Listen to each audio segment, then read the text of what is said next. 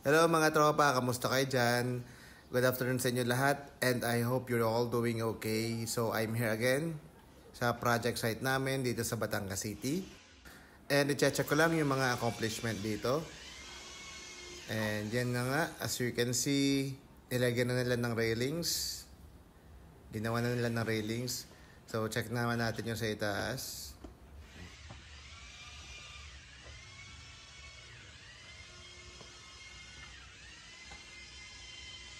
Okay, we're here. So, check natin kung ano na ba yung nangyari.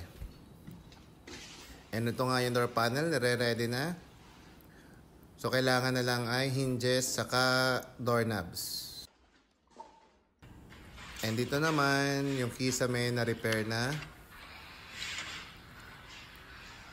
So, papatungan pa to ng pintura. Yan. Lalagyan din siya ng baseboard. And dito, check natin. Okay, so may masilya na. May mga i-repair pa. Pero minimal na lang.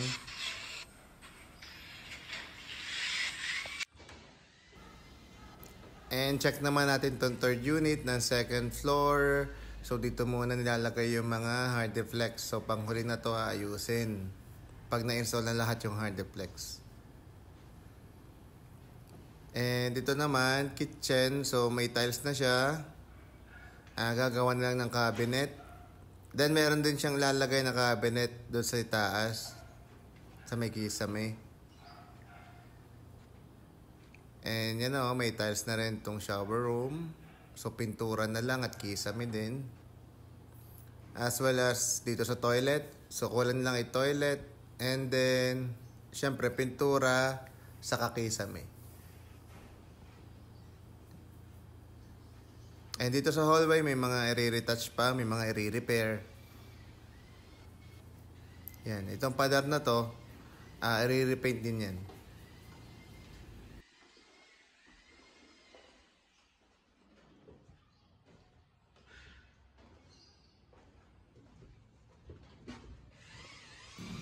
Steel railings. And ito yung ventilation. Dati kahoy siya, so pinalitan namin ng bakal. Nag-fabricate yung welder, ginamit namin 1/3, tapos ang kapal niya 1.8. So check naman natin yung accomplishment sa baba. By the way, check muna natin tong harap.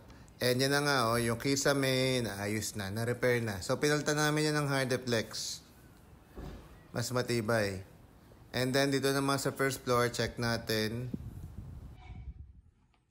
Ito yung ventilation niya. So, ang design niya pala ng bahay na to, yung sinauna. Medyo may kababaan yung pinto, tapos sa taas ng pinto, mayroong ventilation made of wood, saka screen. And dito naman yung kwarto, check natin. Ayan, may grills na rin. So, ito ay ventilation din. So, bawat kwarto meron yan para ventilated. Dito naman sa sunod na room, may mga grills na rin. So, pag nasa loob ka, ganito yung itsura niyan.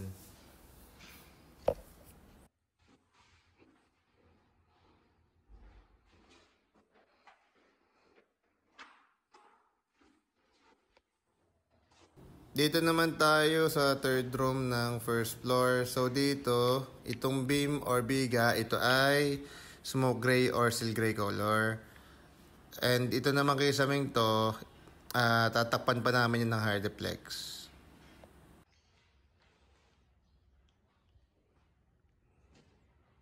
Let's check the kitchen. As you can see, nalagyan na nila ng tiles and meron na rin ditong layout for the cabinet. Unahin muna namin itong baba bago yung mounting or wall cabinet niya. And this is the laundry room. May tiles na, pintura na lang. And ito naman yung toilet niya. Ito naman yung shower room. May tiles na yung pader. And next na dito yung floor. Then sunod na ang casement paint. And ito na nga yung itsura niya.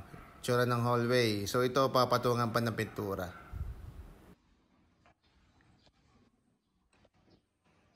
And ito naman, butas na to, lalagyan to ng screen. Yung katulad nung ventilation do sa pinto. So for temporary lang kasi pa nagpagawa ng bahay yung katabi, syempre tatakpan na yan.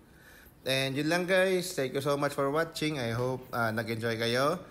And don't forget to follow me on TikTok and sa Facebook page ko, Rainsworth TV.